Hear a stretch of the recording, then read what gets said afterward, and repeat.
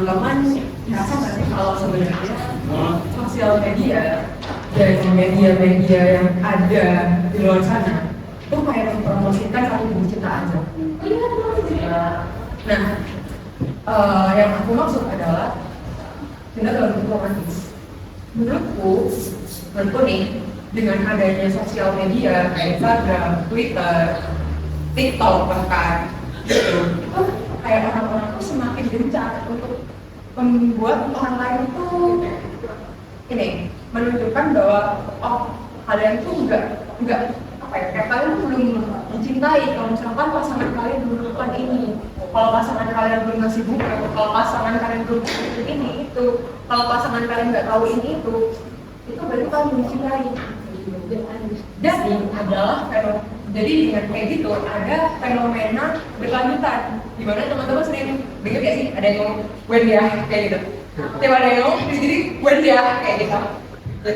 Menurut aku kayak gitu, padahal sejatinya kalau menurut aku pribadi sih cinta itu enggak melulu soal romansa. Tapi dulunya aku berpikir seperti itu, bahwa aku tidak dicintai kalau misalkan nggak ada yang suka mau, kalau misalkan nggak ada laki-laki di luar sana yang menyatakan cinta kepada aku, nggak bisa kenal. Tapi suatu ketika akhirnya aku memutuskan untuk masuk ke ruang psikologi, di mana psikolog itu berkata, Mbak tahu nggak kalau Mbak itu sebenarnya dari bunga di tempat sampah. Jadi itu yang bikin aku kayak tunggu sebentar, apa nih maksudnya? Ya itu lagi, bahwa aku selalu mencari cinta di tempat-tempat yang salah, termasuk di rumahku sendiri. Sedih banget. Ya. Jadi sebenarnya yang ingin aku sampaikan adalah mungkin kadang kita itu terlalu terpaku pada satu bentuk cinta sampai kita lupa bahwa sebenarnya cinta itu ada di mana-mana. Buat aku lebih susah untuk cari orang yang akan cocok dengan kita dan akan bersama kita sampai bertahun-tahun lamanya daripada mencari cinta itu sendiri. Kenapa?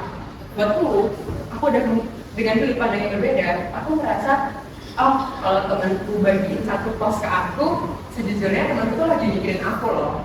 Kayak contoh, suatu hari temanku ngebagiin aku info pangeran, karena menurut dia itu aku banget. Stop kayak atau temenku tiba-tiba ngirimin aku foto kucing karena dia tahu aku suka banget sama kucing walaupun aku nggak punya kucing tuh. Terus juga sebenarnya nggak harus hal-hal material ya, tapi ketika kita ingat sama orang itu aku artikan sebagai bukti cinta yang paling kecil adalah kita mengingat orang lain.